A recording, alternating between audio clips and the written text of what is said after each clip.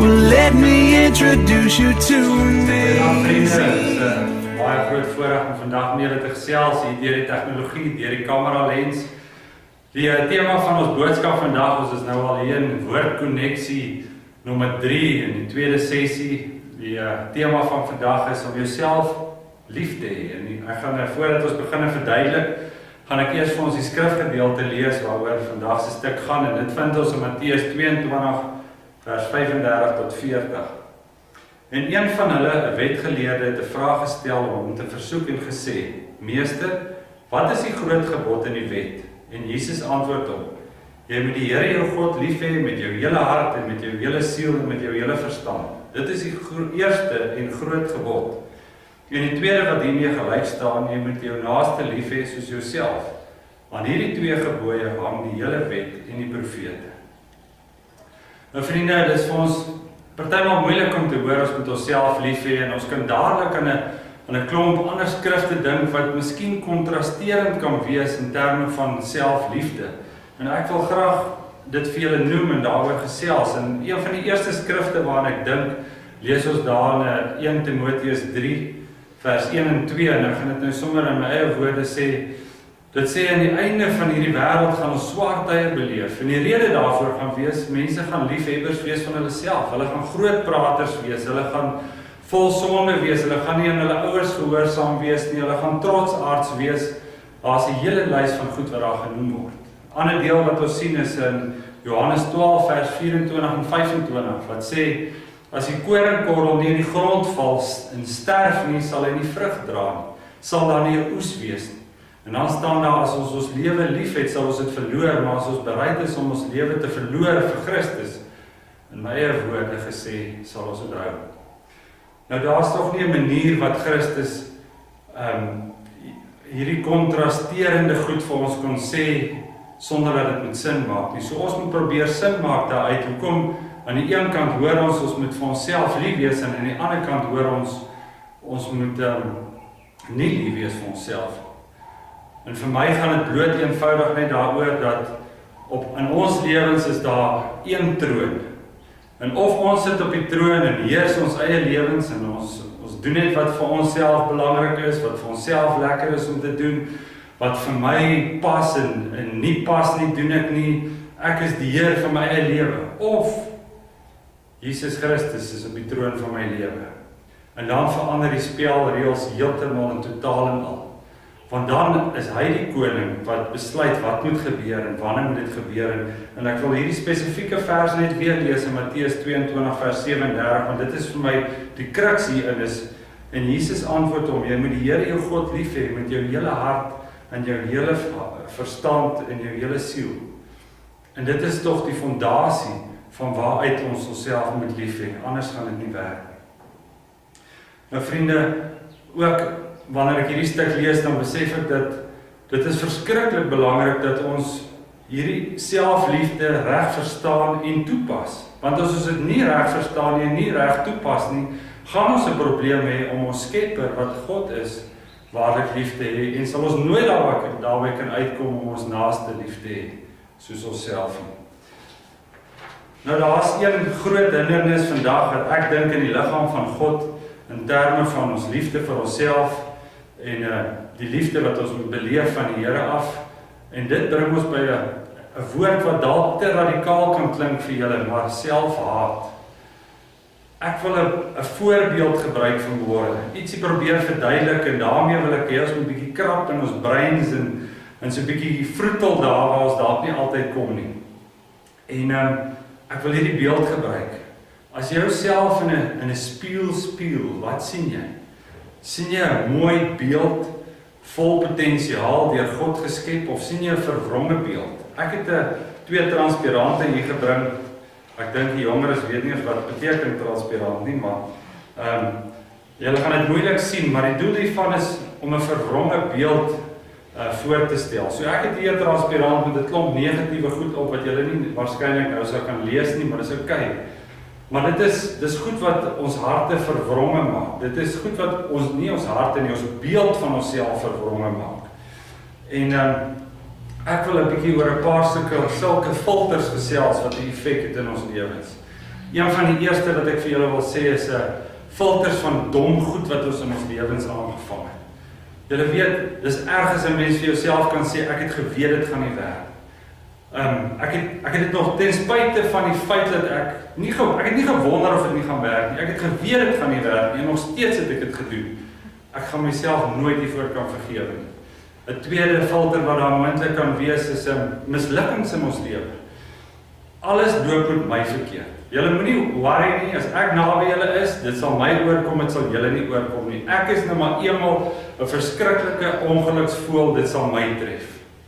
Dit kan 'n filter wees in ons lewens. Onthou, ons praat van hierdie filter wat die beeld wat jy sien van jouself in die spieël verwronge maak. 'n derde filter kan iets wees soos die perspektiewe wat ek het oor myself. Ek ken myself. Ek het met myself groot geword. Ek weet waar is my beperkings. Ek weet ek kan dit nie doen nie, ander mense kan dit doen. Vir my is dit nie moontlik om dit te doen. En dan kom ons by perspektiewe van die wêreld van ons. Onderwysers, selfs ouers wat vir ons gesê het, jy gaan dit nie maak. Jy sal dit net nooit kan maak. En dan praat ons nie begin ons eers praat van fisiese uiterlike voorkoms nie, te groot voete, te groot ore, skewe tande, skewe neus, krul hare, reguit hare, te veel sproete, die lys gaan aan. En al hierdie filters veroorsaak dat ons 'n verwronge beeld kry van onsself in hierdie spieël. En vriende, julle kan met my saamstem, wanneer as ons sulke goed in ons gedagtes toelaat en daar broei sulke goed in ons gedagtes, hoe sal dit moontlik wees om ons Skepper wat God is, waarlik lief te hê? Hoe sal dit vir ons moontlik wees om ons naaste lief te hê as dit is hoe ons oor onsself voel? En dit bring my by die volgende punt wat ek met julle wil verduidelik. Ons moet hierdie filter wat hierdie verwronge beeld bring, wat hierdie blur bring, as ek so kan sê, ons moet hom verruil vir 'n ander filter. 'n filter wat lyk soos hierdie een. 'n filter wat ons onsself kan spieël deur dit wat Jesus aan die kruis vir ons gedoen het. En wanneer ons hierdie filter voor ons stel, dan sien ons 'n ander beeld in hierdie spieël. Dan sien ons wat Christus aan die kruis gedoen het vir ons in hierdie beeld. So vriende, hierdie dilemma, die enigste manier om van hom ontslae te raak is om daai verkeerde filters uit ons lewens uit weg te vat en dit te vervang met die regte filter wat Jesus die senter van ons lewens maak, wat ons onsself spieël deur dit wat hy aan die kruis vir ons gedoen het. Dit bring my by 'n volgende punt wat sê, wat is God se opinie oor ons? En dit is nodig dat ons sal weet wat is God se opinie oor ons. En wat sê die koning van die konings oor my? En ek wil julle vanoggend vra, hierdie gaan ou bekende skrifte wees wat julle al baie gehoor het, wat ja, ken daai een.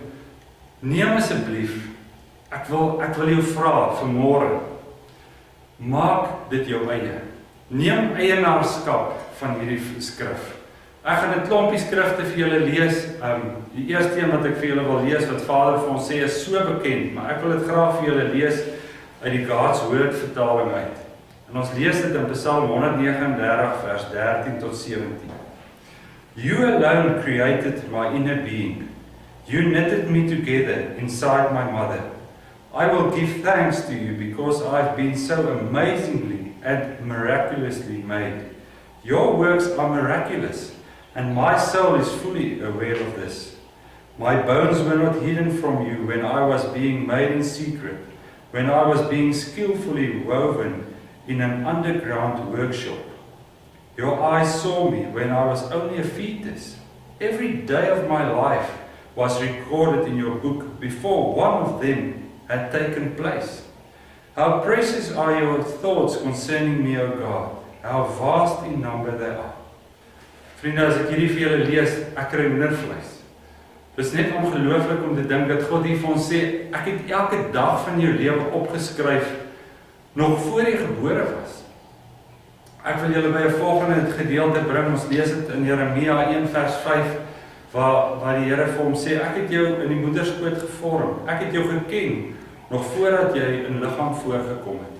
En dan word Jeremia gebore en later in Jeremia 29 vers 11, hy baie bekende deel wat ons almal ken, want ek weet watter gedagtes ek aangaande julle koester. Gedagtes vir 'n hoopvolle toekoms en nie vir teenspoed nie. Ons lees in 'n ander dele in die Bybel die Here se hart oor ons. Ons lees in Efesiërs 2 vers 10 dat ons sy maaksel is, geskape na die beeld van Christus. En hierdie geskape na die beeld van God, ek wonder of ek en jy werklik naaste by die diepte daarvan verstaan. Wat het God gedryf om te besluit dat die mensdom geskape gaan word na sy beeld? Ek wil vir julle 'n stuk daaroor lees, en ons lees dit in Psalm 8 vers 3 tot 9, en ek wil dit lees vir julle uit die CEV. Maar voor ek dit lees, wil ek ook vir julle sê, wat saam met hierdie stukkie van my gaan, is dat God sê, hy het ons weinig minder geskape as goddelike wesens. Is dit nie ongelooflik nie? Ek lees vir julle Psalm 8 vers 3 tot 9 in die CEV. I often think of heavens your hands have made, and of the moon and stars you put in place. Then I ask, why do you care about us humans? Why are you so concerned for us weaklings? You made us a little lower than yourself, and you have crowned us with glory and honor. You let us rule everything your hands have made, and put all of it under our power, the sheep and the cattle, and every wild animal, the birds in the sky, the fish in the sea, and all the ocean creatures. O Lord and ruler, your name is wonderful everywhere on earth. Vriende, dis weer eens hoendervleis op my vel. Dat God se gedagtes en sy opinie oor ons so kan wees, en dat hy die keuse gemaak het om ons tot hierdie posisie te plaas in die heelal en in sy skepping. Die woord is vol van ander voorbeelde van die vermoë wat die Here in ons geplaas het. Vermoë om vergenoeg te wees. Vermoë om vrees te oorwin. Vermoë om te kan te oorwin in die algemeen. En dan het die Here ook gekom en het sy gawes vir ons gegee. Hy het ons sy verteenwoordiger op aarde gemaak. Hy het gesê, ek wil hê julle moet my ambassadeurs op aarde wees. Hy het ons daarmee toegerus. Hoekom? Want hy vertrou ons daarmee. En dit is die posisie en die opinie wat hy oor ons het. Dit is die potensiaal wat hy in ons geplaas het en wat hy in ons sien. Vriende, daar is nog baie ander voorbeelde in die Bybel wat hierby aangeheg kan word. Honderde. Maar dan is daar dalk van julle wat vandag hierna kyk en na hierdie DVD kyk en sê, wag 'n bietjie Jacobus, daai was vir Jeremia, daai was vir Paulus, daai was vir die apostels en disippels, en dis nog hier en daar vandag vir 'n paar dominees dalk en 'n pastoor en ouens wat genuen geleerd is in die Here. Dis vir daai ouens, hierdie is nie vir my nie. Nou wil ek vandag vir jou sê, wie wat? Die woord leer vir ons dat die Here is nie 'n aannemer van persoon nie. En ons lees dit in Handelinge 10 vers 34 waar Petrus sê, nou weet ek verseker dat die Here nie 'n aannemer van persoon is nie. In die volgende skrif wat hiermee saamgaan, lees ons in Numeri 23 vers 19 wat sê, die Here kan nie lieg nie, hy is nie 'n mens dat hy kan lieg nie. So as hy hierdie goed oor my en jou uitspreek, as hy sy opinie oor ons uitspreek, dan kan ek vandag vir jou sê, hy kan nie lieg nie.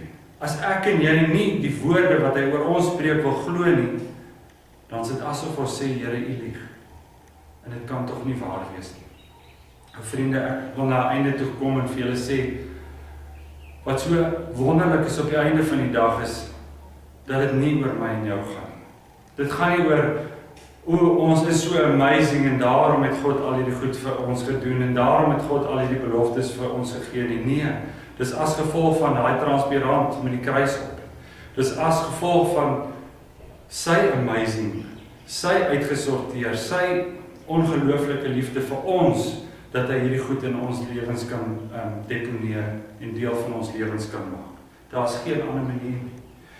En dan wil ek vir julle sê, wanneer Christus so op ons troon sit en so deel is van ons totale wese, dan is dit hy wat in ons woon. En dan is dit makliker om vir ons lief te wees, want is eintlik lief vir God in jou.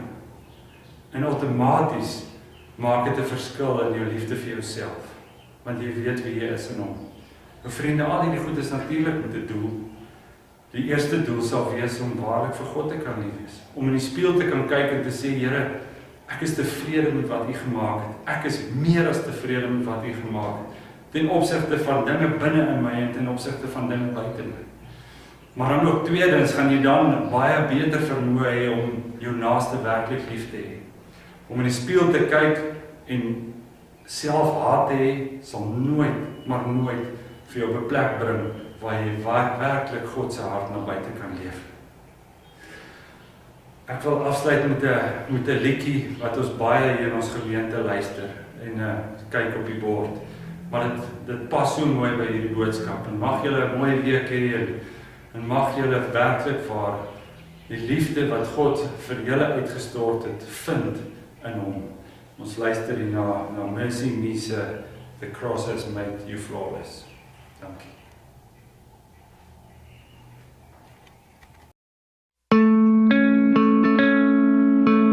There's got to be more than going back and forth, from doing right to doing wrong, 'cause we were taught that's who we are. Come on, get in line right behind me, you along with everybody, thinking there's worth in what you do.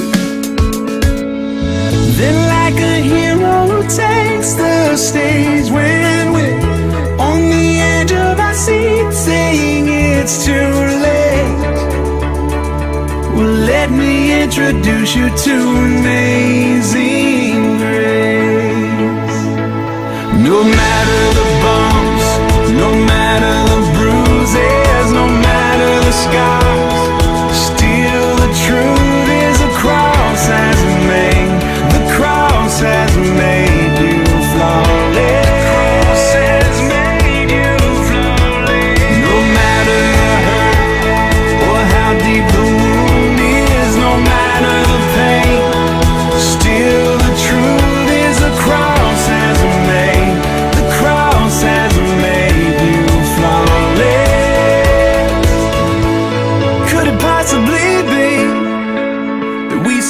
Can't believe that this unconditional kind of love would be enough to take a filthy wretch like this and wrap him up in righteousness. But that's exactly what he did.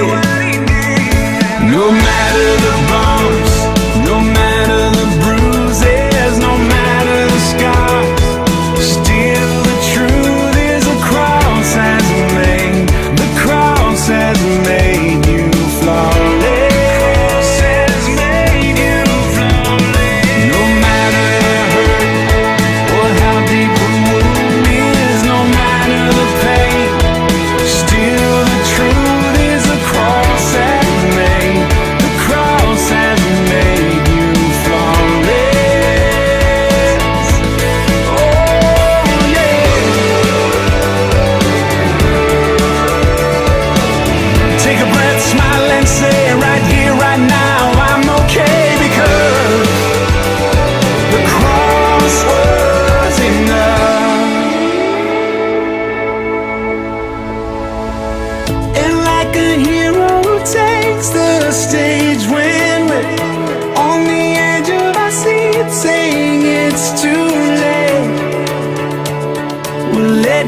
Introduce you to grace, grace, God.